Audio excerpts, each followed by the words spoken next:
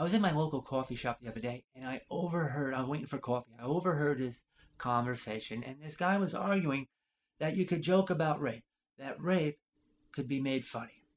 And then their order got cold, and they picked up their coffee, and they left. But afterwards, I was thinking about what this guy said, that you could joke about rape, that you could make rape funny.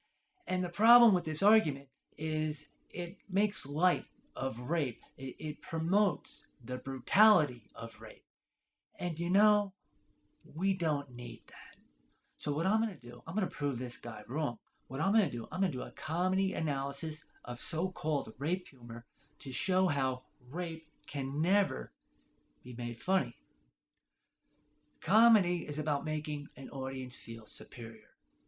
An actor can make an audience feel superior by acting dumb. A way for an actor to act dumb is to do something normally done in private and do it in public. For instance, an actor portraying himself as a rich guy shaving his face publicly in a park. Normally, the rich guy would shave in the privacy of his own home, but when he shaves publicly in the park, he's being dumb. A lot of people would laugh at this rich guy's social blunder, his private public dumbness, and feel superior. I'm not that dumb.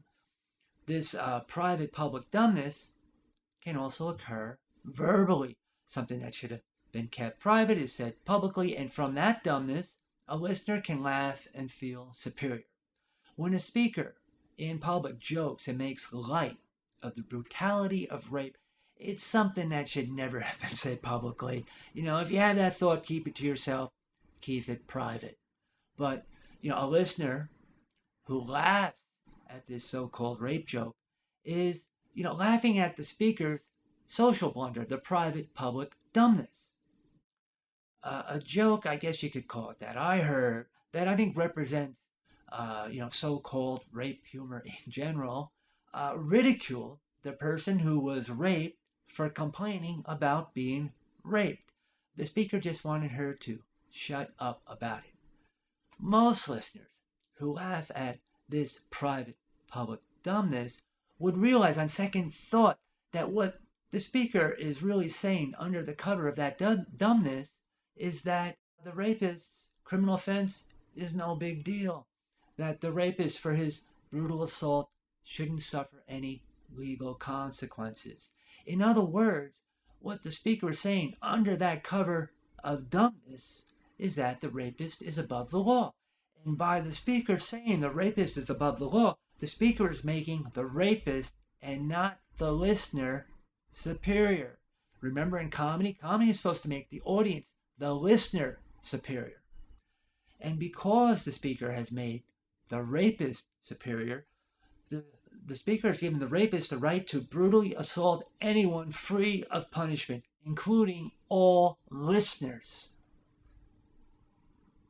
Hey, that's not funny. So since the speaker's rape joke doesn't make the listener superior, and making the listener superior is essential in comedy, and instead makes the rapist superior, there is no comedy in rape, and rape can never be funny. And I hope I've proved this guy at the coffee shop wrong. And for those who watch my Screenwriting Confidential show for screenwriting tips, I have to apologize. I went off script here, but I thought I had to answer that guy's argument, and I'll return with screenwriting tips next show. See you then.